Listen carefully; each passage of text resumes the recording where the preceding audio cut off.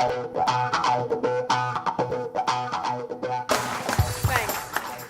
I'm going to stand if that's okay. I don't want to be towering over you, but I'm going to stand. First of all, legitimately last night at dinner, I got asked to MC this, so just know that I am not an expert. But one, I've been here all day, and two, I'm certainly a student of the industry, and everything from, oh my goodness, the whole world is going to change, and it's going to be like Big Brother AI, to every presentation today said something about AI, and somewhere in the middle is reality. And these are the guys who are going to tell us what's real. So what's happening today in AI? What's real? Graham, actually, you should probably introduce yourself first. Sure. And then if you guys wouldn't mind telling us about what's happening. So my name's Graham Cook. I'm founder and CEO of Qubit. We use AI to personalize retail and travel experiences. And we have this expression called fake AI, actually. We use that. It's like, oh, that's fake AI. And that a lot of businesses are really kind of dressing themselves up as AI companies. But we've been doing AI for 20 years. Machine learning is AI. Every time you see a product recommended on a website, that's machine learning, that's AI. The field that's getting really exciting is deep learning and neural networks and things like that. And it's required, a transformation in computing power, data collection, and that is what we look at as real AI. And that's being applied in many industries like medical imaging, for instance. You can now actually see whether a person's got cancer more effectively using AI than a human. And that's real. That's really happening. That's very transformational. So I heard you should not be a radiologist because that is a job that won't exist in the future. Wow. So by the way, I'm Kathy Bopane. I'm president of Dermstore. We're a fully owned subsidiary of Target Corp. Target acquired us 4 years ago. We are a pure play e-commerce company specializing in skincare and beauty products. What we wanted to bring to the table here was just to cut through the clutter. Everyone is using that term, but I think we wanted to focus the conversation more on the pragmatic application of what does it really mean to a retailer or an operator. Like, how should you think about it today in terms of, can you leverage this piece of technology to help drive growth? Because that's what we're all about, right? That otherwise we wouldn't be here. So hopefully we'll bring that to the table here. Hi, I'm Neela Farah-Vahora from Rebecca Minkoff. I would say in the question of just what's real AI and what's being used today, it is purely like right now in the retail space, it's the machine learning, right? How do you use your data? And I think where it's most effective at this point in time is on the back end. So you have back end data. How do you interpret that data? How do you use that data? How do you learn from that data? And that's where machine learning is playing a big role, at least for us. And then I think what's really exciting is on the front end, right? How are you using it to drive engagement with your customers, and ultimately, how are you using it to drive greater sales? And I think we'll get into that a little bit today. So that's a nice tee up to back of house versus front of house, right? Because it's not too often that the front of house and back of house share technology, right? So marketing's off doing its own thing, and then the back of house and the operations is doing their own thing. So is this the same technology, and how are you guys going to share it between the front and back if that's really what's happening?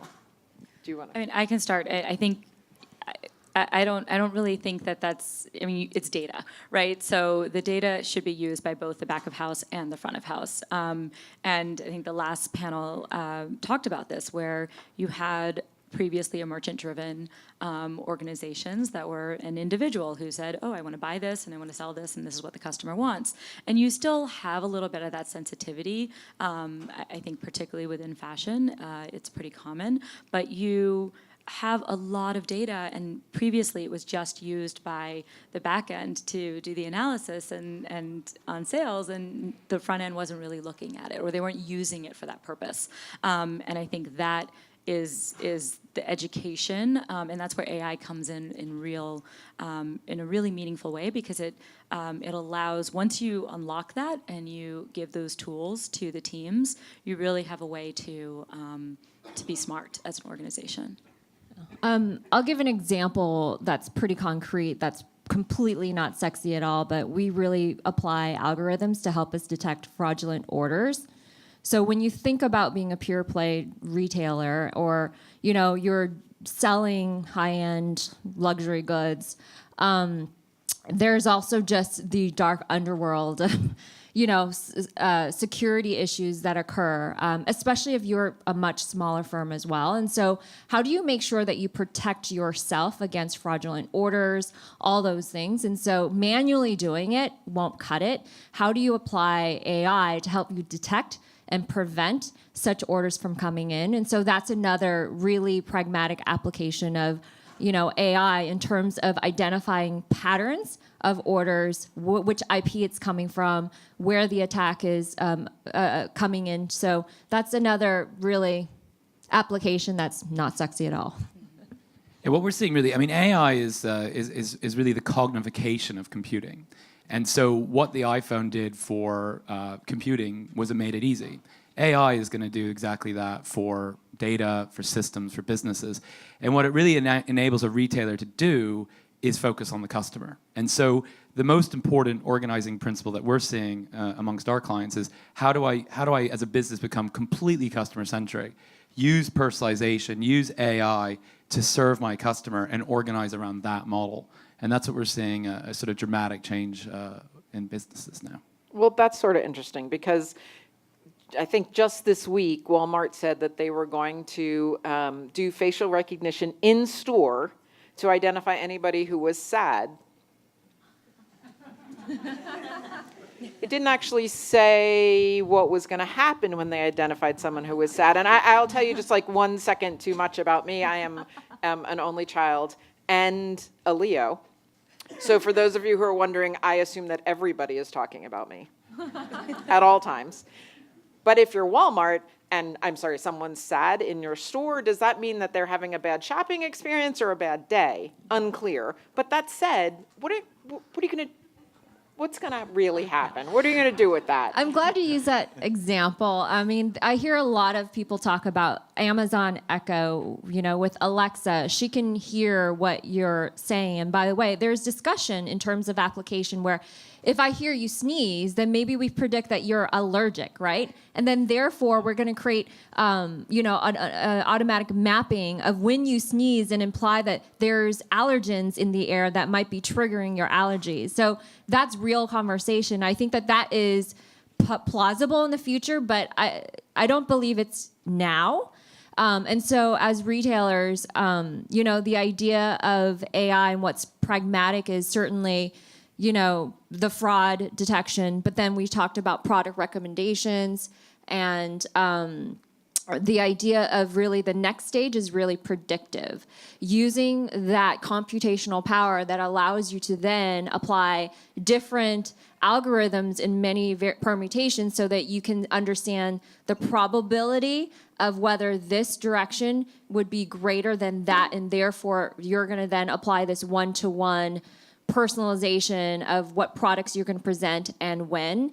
And so I think that's really the next stage that this industry should really focus on for the next couple of years. And you're going to see that play out.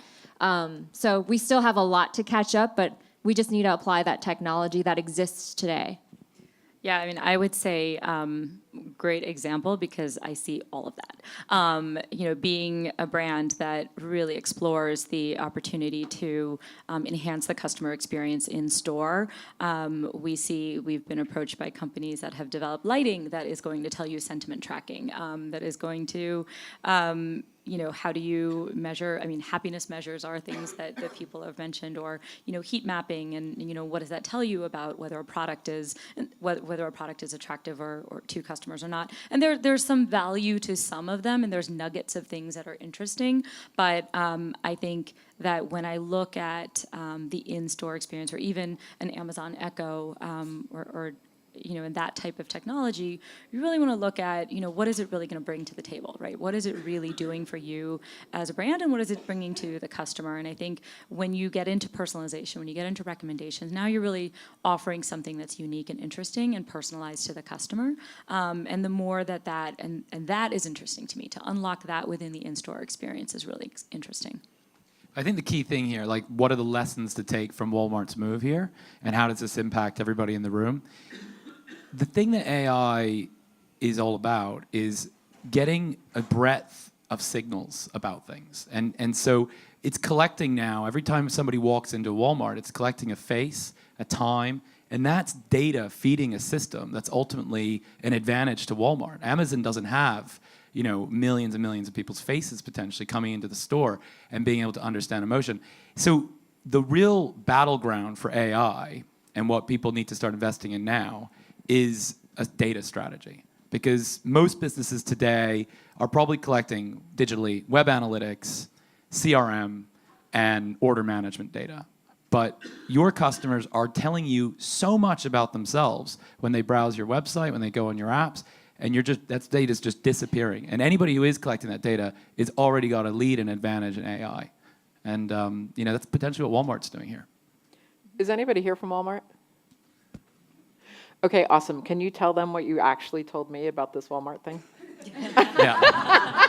So Come on, I cleared the room first. Yeah, my prediction on what Walmart are doing here is, they want to see if people are happy or sad when they come in that store. That sounds lovely. They really care for you, but I think in reality, they're going to do targeted offers down each aisle. They're going to put your face to your loyalty card, and the minute you walk down that aisle, it's going to be a tailored offer to you in store.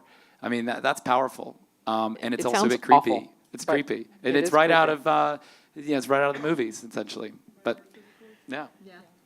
Well, yeah, making it a fun way to collect data from the consumers, right?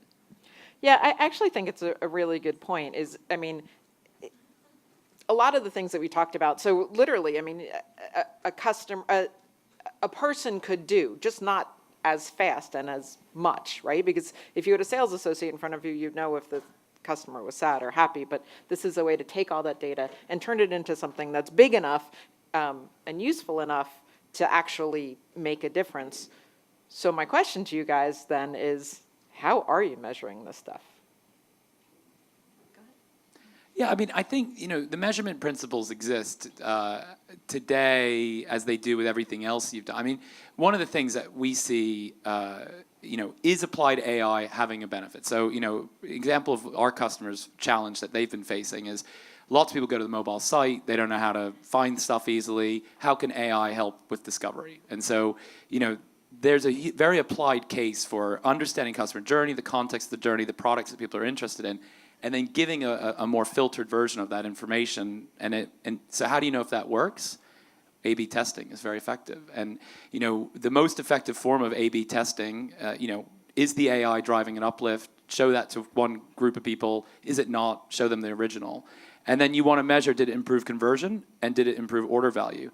And that composite metric is called revenue per visitor. I think it's the gold standard for measuring any impact to the customer experience. So even though AI is like a totally new thing, we're going to measure it the way we measure stuff. Is that fair? Yeah, Tell us. fundamentally, if you're managing a business, you're really focused on how do you improve revenue and sales, right? And customer satisfaction or brand love is still all after the same goal. I would say the way that we're thinking about measurement right now and our use of AI is really in the, operations impact. So, headcount.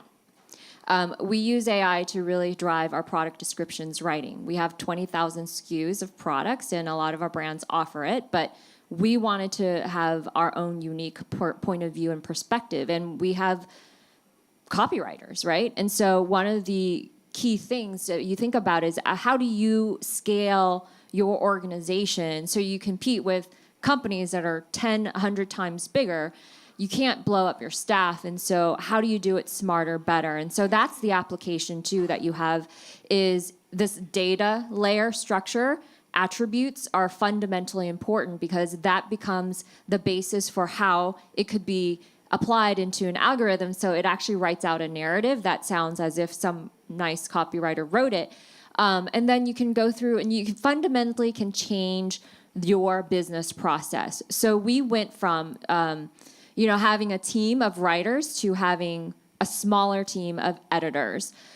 We also measure from just productivity per head count when it comes to areas that we believe AI can be applied, such as predicting which orders are fraud gets flagged, and then it gets funneled to a human, one of our auditors to really review that order for validity before it gets released for compliance or it actually gets rejected. And so operationally, those processes were changed so that this AI actually helps us have greater throughput than ever before. And then, before we release these changes, we do run A/B testing to understand, did something break?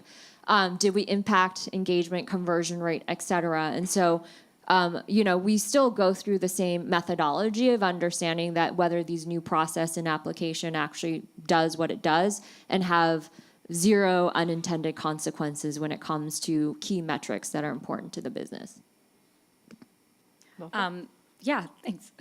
I think one of the things that, A/B testing, the tools that we already have, they make sense when you already know something about your customer, right? When you already have that data in place. And I think for a lot of brands, what's challenging is that they don't even have that, let alone to then. So once you're making the decision to invest in the data, you're making that decision to invest in the machine learning aspect of interpreting that data, and then it's like, okay, well, you need to find ways to actually collect data and get those customers to engage.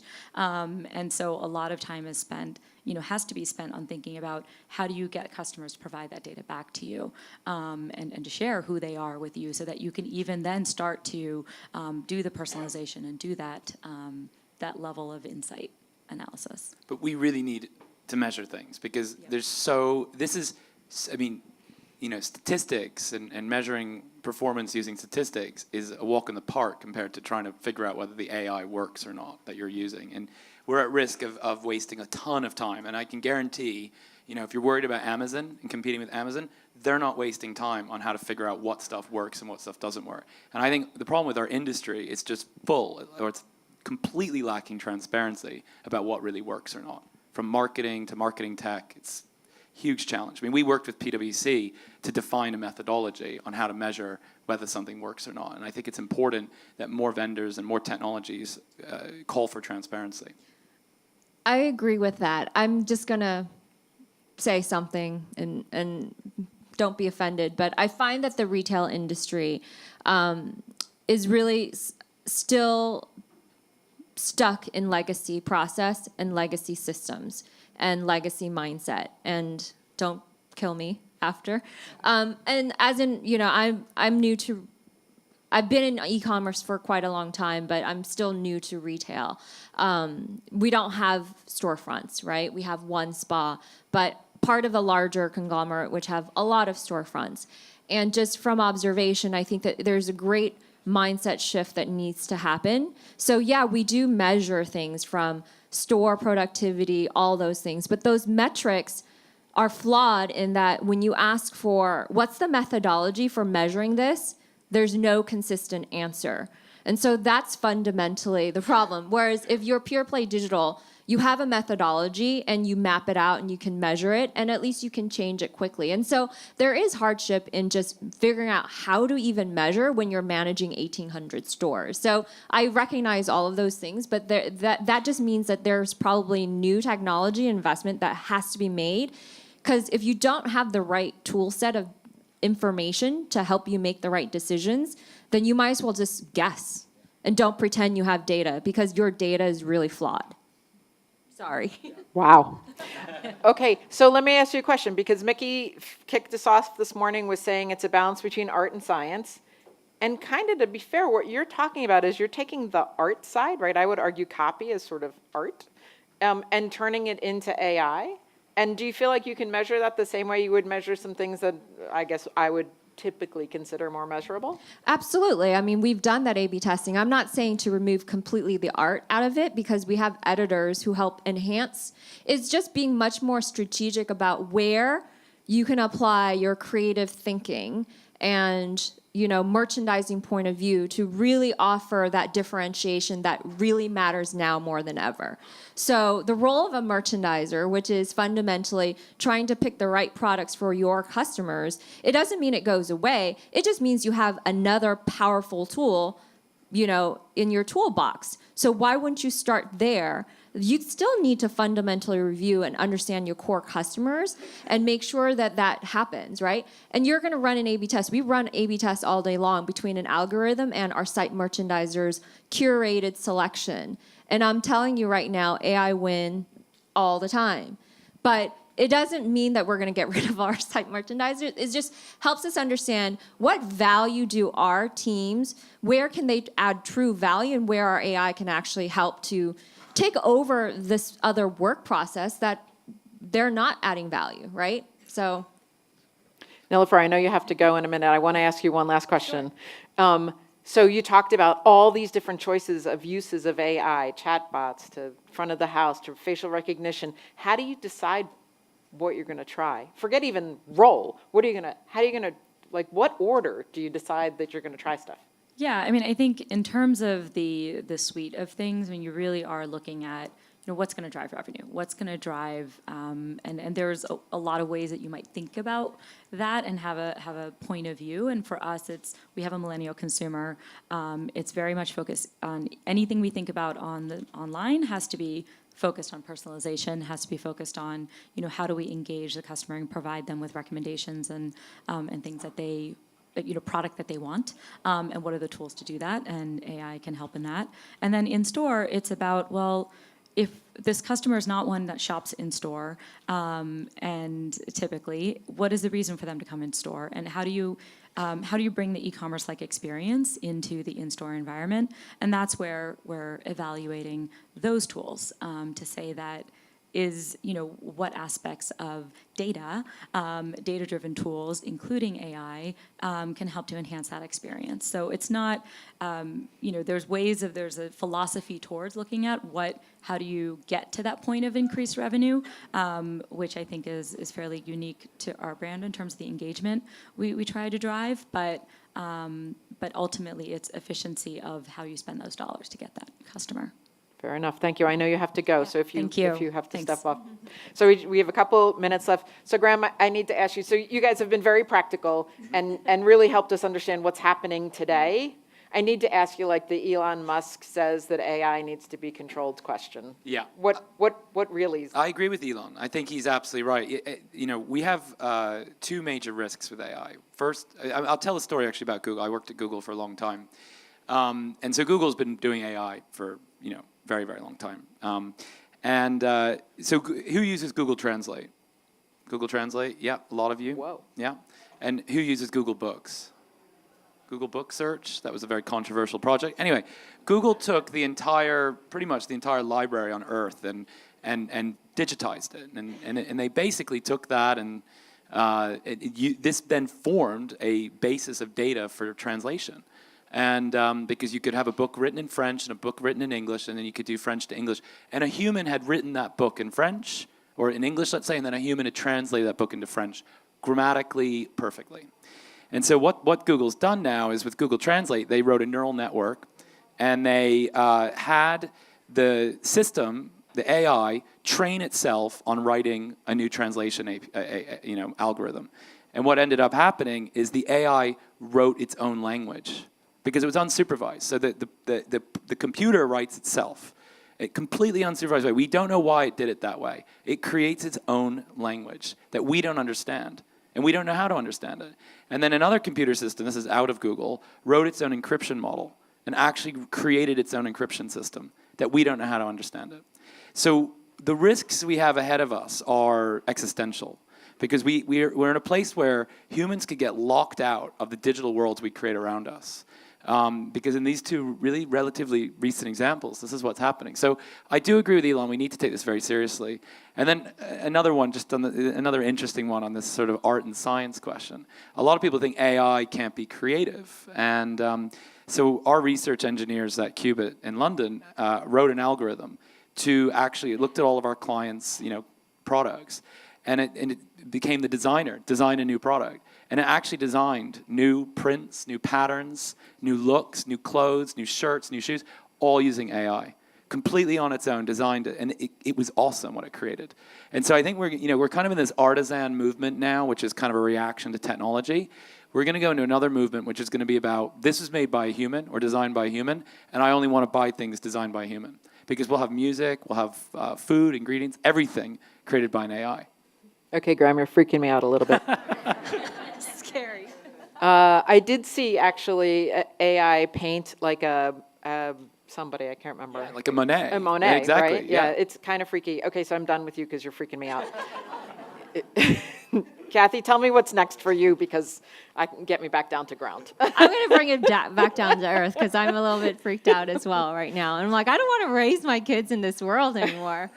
My goodness. We've talked, hopefully, I mean, just before the end of the session, if anything you can get out of this is really about like what should you do and how should you be thinking about AI. And you've heard about product recommendations, algorithms to improve how you're going to merchandise on your website, et cetera. All those are real.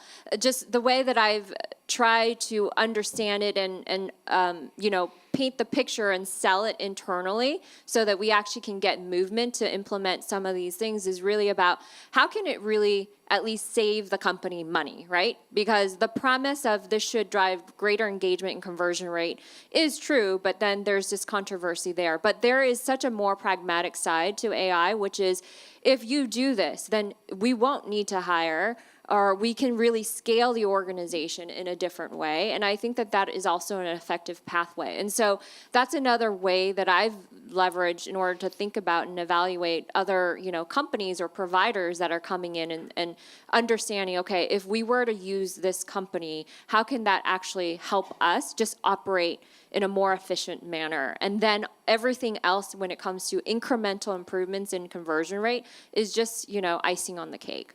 So hopefully that's helpful. Absolutely.